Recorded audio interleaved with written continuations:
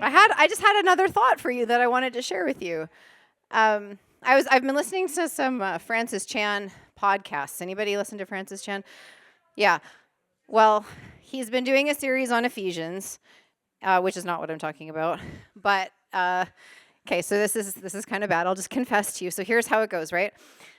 I have a really busy days, and I do a lot of problem solving. And so at night, I have a hard time turning my brain off and relaxing. So I used to watch TV, but the Lord kind of said we're not doing that so much. So I've been listening to podcasts, often Francis Chan. I get about 10 minutes through, and I'm out. Okay, but I am listening, but it's just like my brain is focused on something else, and it's really helpful, and I relax and go to sleep. So it takes me like 5 or 6 nights to get through like a 40-minute podcast. And but the good thing is I always get to kind of re-listen to a little bit of it, so it settles. It's good. Anyway, he was talking in this last one. I think I'm on my 4th or 5th night of it, and he was talking about how Jesus, Paul especially, talks about us being pulled out of the world system. But it's not just a matter of being pulled out of the world system, it's actually being called into a family. And our culture just doesn't have a lot of grid for that. You know, when we join a church or when we become a Christian, we're not really thinking of it as I'm joining a family or I'm committing to a family. And we're not talking about a family in the like, oh yeah, I'm part of a Christian family. They're like an actual family, like the kind that like go through things together, right? The kind that are really real and they fight and they make up and they, you know, we walk through life in its good, bad, and ugly together. And of course, I'm listening to this and just thinking, how blessed are we? Because we actually have the kind of church that you can come to and actually join that kind of family if you want it, right? If you are willing to put your feet in and be part of this family, it is available to you. And it was, you know, Francis Chan was basically just saying, you know, this doesn't exist. There's nothing to join because people don't even have a value for it. And they don't understand that they're being called out of the world and into that, right? And we're really not going to be able to shed the things of this world without family, which actually brings me to another point. This is not my sermon, but we'll just see where it goes. It's fine. I was talking with Lisa Kelly the other day, and she lent me this book, and it was talking about healing. I'm sure this is going somewhere. Just bear with me. I was talking about healing and how healing really needs to happen in a twofold way. One, obviously, we want to look at the pain and the things that we've experienced and allow healing, but true healing also has to take place in a family because it was the brokenness of our families that actually caused the pain in the first place. So if that's where the brokenness comes, then the healing also has to be there too. And I thought that was such an interesting point. Lisa Kelly is very smart. Shout out to Lisa Kelly. Anyway, yeah, she's part of our family. You should get to know her. If you don't already know her, she's going to have a lineup at her door. I won't tell you where she lives. Anyway, okay.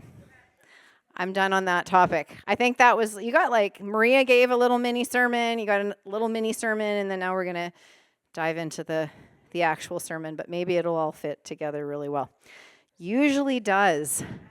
Okay, so here's how we got our topic tonight. I like to share these stories sometimes because I just want you to kind of know where I'm coming from. And this one was unusual for me. It's never happened before, ever. But Sunday afternoon, I had a nap. And if you know me well, you know I don't really nap. Same problem as what happens at night. I have a really hard time like shutting off. So unless I'm like extremely tired, I can't fall asleep during the day. But Sunday afternoon, I fell asleep and I woke up out of a dead sleep. And everybody's experienced that, right? Where you just like wake up. And blaring through my mind are these two phrases. Take care that you do not bite and devour each other. And then the second phrase is, for the mind set on the flesh is death. And I was like, what was that? Right? So that's the first thing. I just like, this. And then right after that, it was like, this is for Wednesday. So that's what we're going to get into tonight. And I know it's because Jesus is taking this family somewhere. There's the connection, okay? He's taking this family somewhere. And we know that just recently we've been brought into the invitation to something much greater, I think, than most of us ever dreamed. I think a lot of people here have made that commitment to step into this new season with Steve and Vicky and with their team. But there's always going to be a call to go deeper and to step really into it, because the reality is what Jesus created to be a family wasn't supposed to be, a couple of people pulling the whole load. Right? See, families are supposed to move together as one. And so to say that, the calling that Jesus has for Steve and Vicky isn't your calling, well, if you're part of this church, this is your calling too. And it's really important to Jesus that we understand how a family is supposed to work, and that we understand how a body is supposed to work together. And I think that the phrase that's blaring through my mind on Sunday afternoon, take care that you do not bite and devour each other, is a really good warning for a family. Maybe we should read the context. What do you guys think? It's always good to read the context. Okay, so where is it? Luckily, this one I knew where it was. It's in Galatians 5. Oh, there goes my other marker. That's okay. Okay, so we're going to start in Galatians 5, verse 15.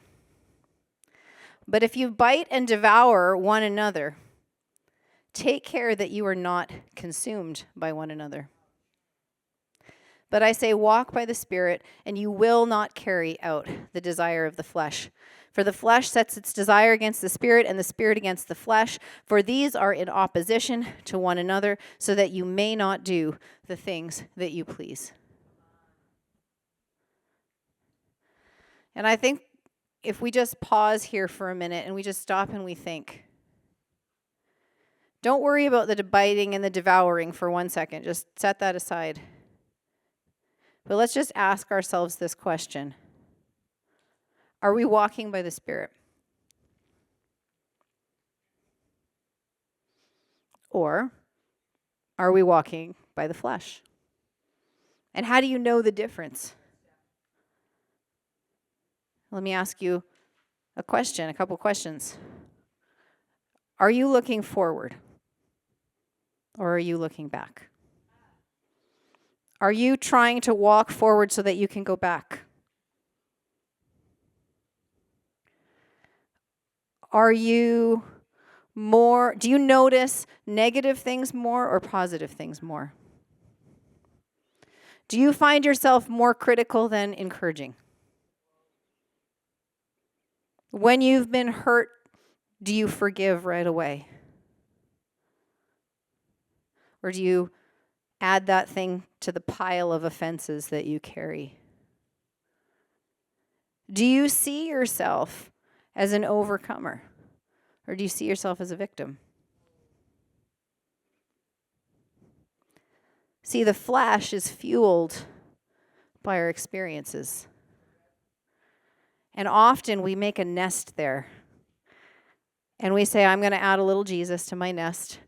It's like I used to have a nest out of sticks and I've added some feathers. It's more comfortable now. So I threw some Jesus in there. I got some worship experiences, had some people pray for me. Right? My nest feels a little better than it used to. Right? But are you willing to leave those experiences behind? Are you willing to leave the pain of your life behind? Are you willing to believe or to leave the lies that you've been fed behind? The things that people have said about you, the things you've said to yourself, are you willing to leave that stuff behind in favor of whatever it is that Jesus has ahead for you?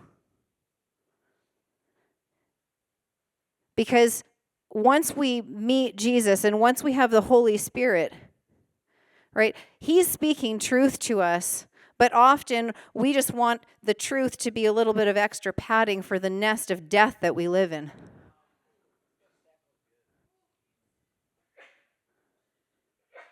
See, we have to actually be willing to leave that stuff behind. And the hard thing is that our experiences feel like the only thing that we are. Right? Because life has taught us who we are and what to expect. What to expect from ourselves, what to expect from life, what to expect from other people. But the problem with that is, see, that nest is where the enemy loves to keep you safe. Because he doesn't want you to leave his lies. He wants you to stay there. And he wants you to fool yourself into thinking that just because you've added a little bit of Jesus to this nest, that you're free. So let's just read this verse one more time, starting in verse 15. We're in Galatians again. But if you bite and devour one another, take care that you are not consumed by one another. But I say, walk by the Spirit, and you will not carry out the desire of the flesh. For the flesh sets its desire against the Spirit, and the Spirit against the flesh. For these are in opposition to one another, so that you may not do the things that you please. See, once we've met Jesus, he's trying. There's a tug of war happening, right? The Holy Spirit is in opposition to the lies that live in your flesh. And the Holy Spirit is trying to pull you out of the nest. And the enemy is trying to keep you there. Because the Holy Spirit and the lies of the enemy are in opposition to one another. And the Holy Spirit, Jesus is never going to rest until he sets you free. But you actually have to want to be free. And it's interesting because if we stay in the flesh, if we stay in our pain, if we stay in the lies, right? What is that? That's death. What does death do? Death kills more. And we'll find that our fruit shows that we're biting and we're devouring each other. And we literally, the death that's in us is consuming those around us.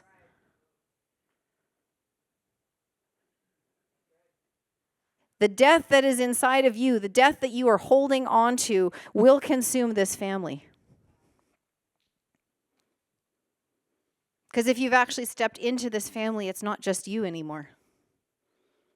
Your sin, the lies that you believe, the way that you're looking past in the past and you're not willing to be set free, right? All of that is dragging this family down. And we know for this body in this season, we have a call. And no, we're past the call. We're going forward. The time is now. But are you going forward too? If you are biting and devouring, if you are behind people's backs, if you are constantly focused on the negative, if you are constantly critical, if you're not doing anything to make things better, then you're not coming with us. Because you can't. You're not moving forward. You're staying either right where you are or going back. We have to be very, very aware of what we are participating in right now, today. Because the time for playing, the time for being lukewarm, the time for 1 foot in and 1 foot out is over. And I believe that, I knew when the Lord woke me up on Sunday afternoon that he wasn't playing around. Because those two phrases beside each other don't leave a lot of room for, other interpretations, just what it says. Take care that you do not bite and devour each other, for the mind set on the flesh is death. It's very simple. It's actually pretty easy to walk out. I know you're like, really? Are you sure? Is it really that easy, Steph? It is. We'll get there. Okay, we're going to go now into Romans 8, because that's where the second half was found. So let's read this in context. Okay, so this is Romans 8, verses 5 and 6. For those who are according to the flesh set their minds on the things of the flesh, but those who are according to the Spirit, the things of the Spirit. For the mind set on the flesh is death, but the mind set on the Spirit is life and peace. It's not hard to figure out where your mind is set. But how often do we stop and take note? And if you are listening to this tonight and you're thinking, oh man, there's a lot more of my mind set on the flesh and death than life and peace. My mind is not set on the Spirit. Right? There are some very simple things that we can do to get out of that. But the first thing that we have to do is we have to determine that I do not. No, how's the right word? Okay. I'm going to back up a little bit.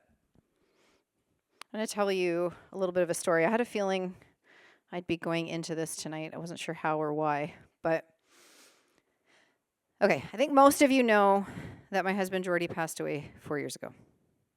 Everybody just nod at me. Yes, most of you know that 4.5 years ago. And grief is an interesting thing. And I don't want to talk tons and tons about this. I usually actually don't like to talk about this too much. But I think that we need to for a second. And I just want to tell you about this one moment that I had with Jesus that changed everything for me. Because grief is a constant precipice that you sort of sit on where you go in between being a victim and being a victor. And you literally just sit there. And some moments you're over here and some moments you're over here, right? But it's really, really important that as Christians, we are on the victor side in grief. And I'm going to explain to you in a little bit how to stay over there. But there was a moment for me that I think maybe some of you can relate to where I had a conversation with Jesus. And I said to him, you do not owe me an explanation. I give up my right to have an answer about why. And that is a really, really important thing in a situation like mine, but probably also in a situation like yours.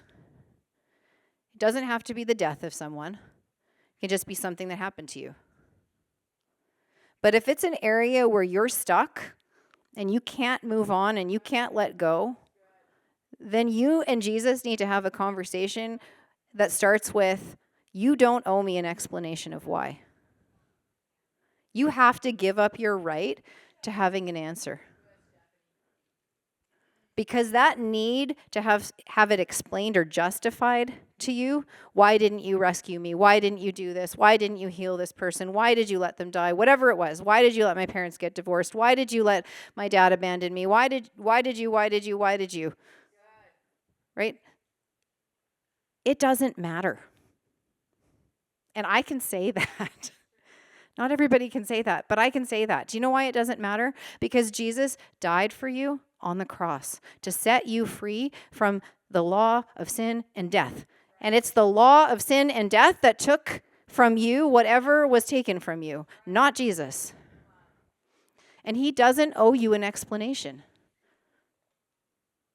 And that might be hard to hear because I know for a fact that some terrible things have happened to people in this room. But guess what? Something really wonderful happened to you too. You met Jesus. And that's the truth. And it's black and white. And when we're trying to live in the gray area of needing an answer, and also allowing Jesus to set us free, we are never going to move out of that gray area. We're going to stay in our nest with feathers in it forever. You have to be willing to give up your rights in this world. Will I have an answer in the next? I believe I will. But for this world, he doesn't owe me anything. And I think a whole bunch of us need to come to the same conclusion. Because we are sitting in pain and we are sitting in grief, which, by the way, that's the flesh. Okay? The flesh and sin and pain and grief and sorrow and being stuck, right? All of it is just a way to make ourselves feel better. We're just trying to protect ourselves. We're just trying to comfort ourselves, not realizing that if we are willing to give up our right to an answer and just jump into trusting Jesus, that he can heal and protect and bring us into a life that is so abundant and beyond your imagination that you're going to one day walk forward, but look back and go, how in the world did I get here? My life is the best it's ever been. And you've heard Steve say that many, many times. And some of you are like, yeah, my life's the best it's ever been because, like I'm not a drug addict anymore, or, I'm not suicidal and I killed myself next year or whatever it was. Okay, for those of you that don't know, okay, Steve did a sermon a while back, and he kept saying, kill yourself next year. And it was great. It was one of the best sermons I've ever heard because the point was, let's give Jesus a try for a while and see what happens. Okay? If you actually jump into Jesus with both feet, you're not going to want to kill yourself anymore. Woo!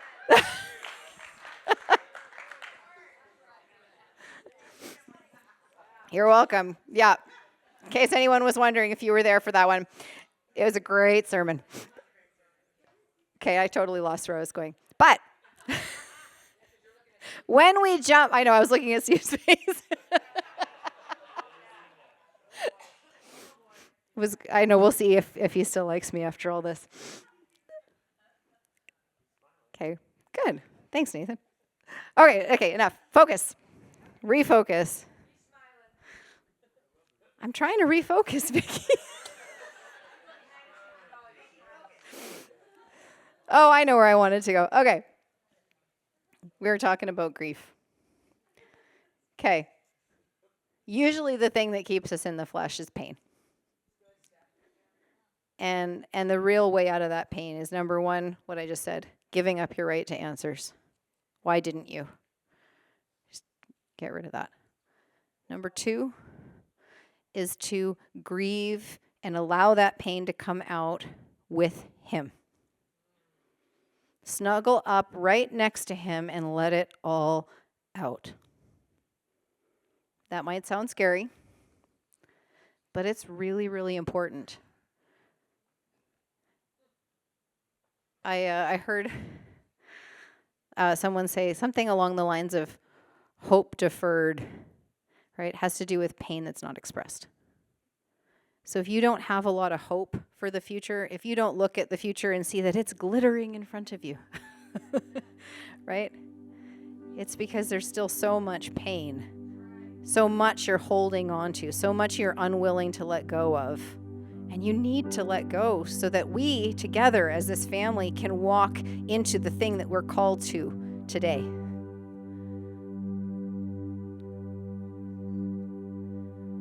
Just end with this one more time here.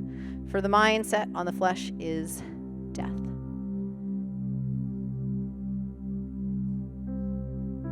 And we can see, how often our mind is set on the flesh, right? How much it's set on protecting ourselves, how much it's set on, making ourselves comfortable.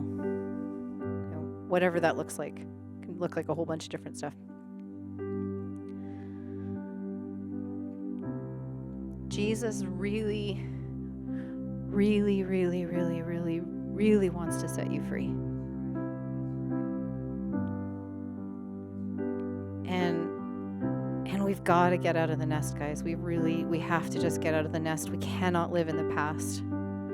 Cannot continue to live in the lies. We cannot continue to just stay comfortable. We can't stay in our control. We can't, trust only ourselves. We can't be individuals.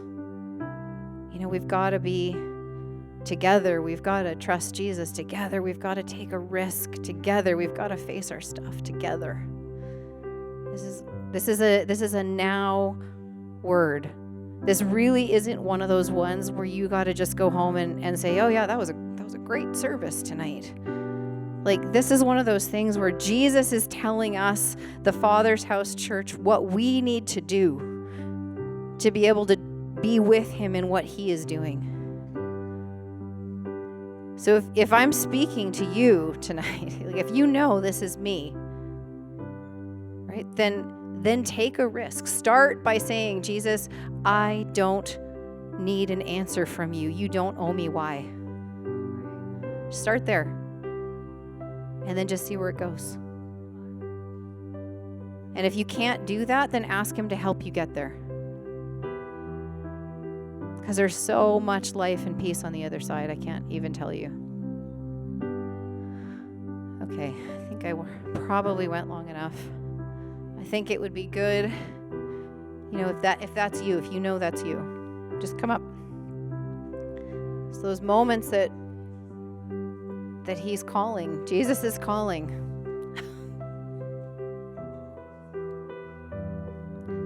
Let him do what he wants to do. Let him set you free. Ministry team, if you want to come up, you know who you are. I'm just going to pray, if that's all right with you guys. I feel like we should.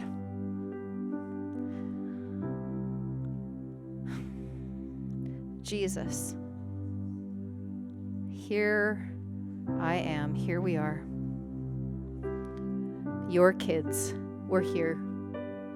And we're responding to what you're inviting us to. And Jesus, we need to be free. We need to be free.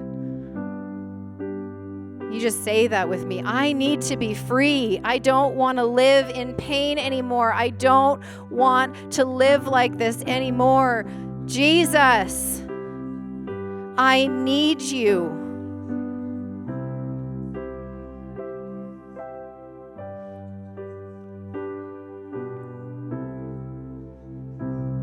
And in your heart, when you're ready, just give up your rights. What the world says that he owes you, give it up. He owes you nothing but life and peace. He owes you nothing but freedom, and he's waiting on the other side of your surrender.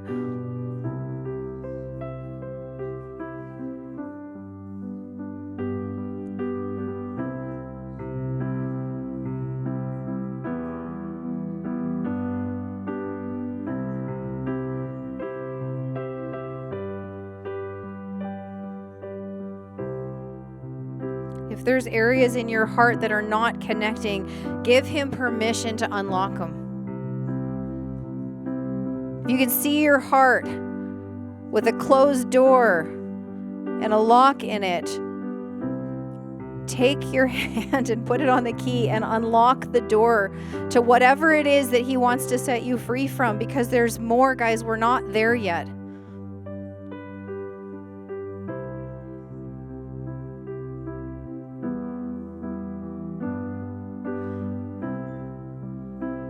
Your emotions are safe with him. Your pain is safe with him. The only thing he's going to do is set you free.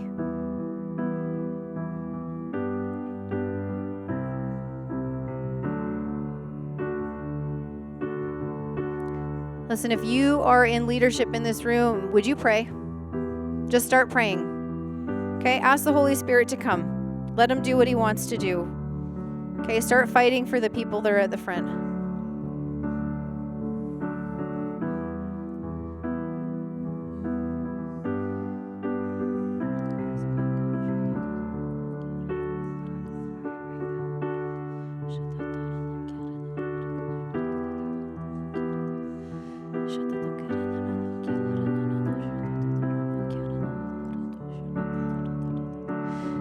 Okay, it's almost breaking. We've got cracks here, guys. Keep praying.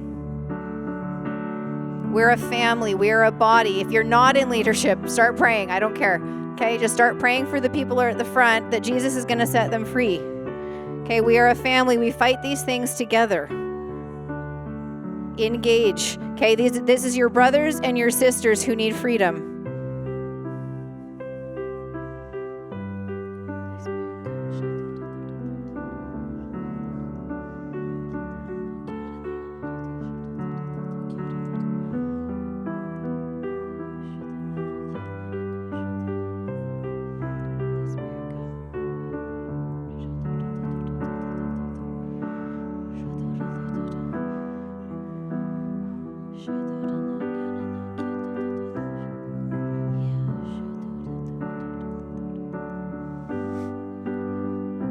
If you have a why in your heart that needs to come out just because you need it to come out of your mouth, it's okay to say why. But after, you have to let it go. Why? Why did you let that happen to me? Why did you not intervene? Does that need to come out of your mouth? Yes or no?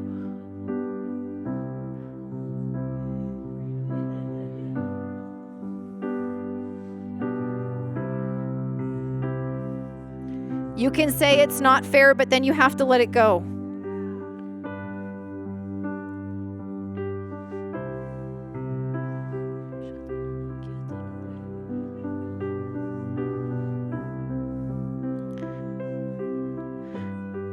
And then let Jesus begin to comfort you. I remember one really hard day after Jordy died. Some really, really rotten stuff had happened that day. And I remember my house was empty, and I went in there and I started screaming, why did you let this happen? Why did you let this happen? But I wasn't screaming at him. I was screaming to him, the one who could comfort me, the one who could love me, the one who was there in it with me. You have to let him close as you let these things go.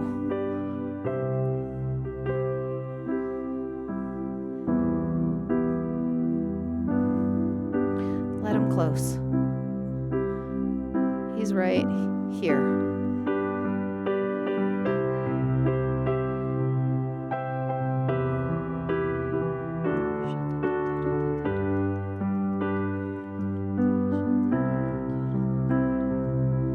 Keep praying, family. People still need freedom.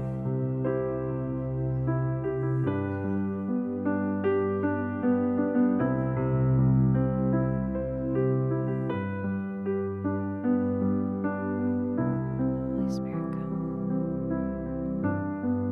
Holy Spirit, come. Thank you for watching the Father's House Oroville YouTube channel. But don't stop there. Please subscribe to our channel and help us spread the message of Jesus to all your friends and family by sharing our videos. You can also help support us financially by clicking the Give button. Thank you so much for watching. We hope to see you again soon.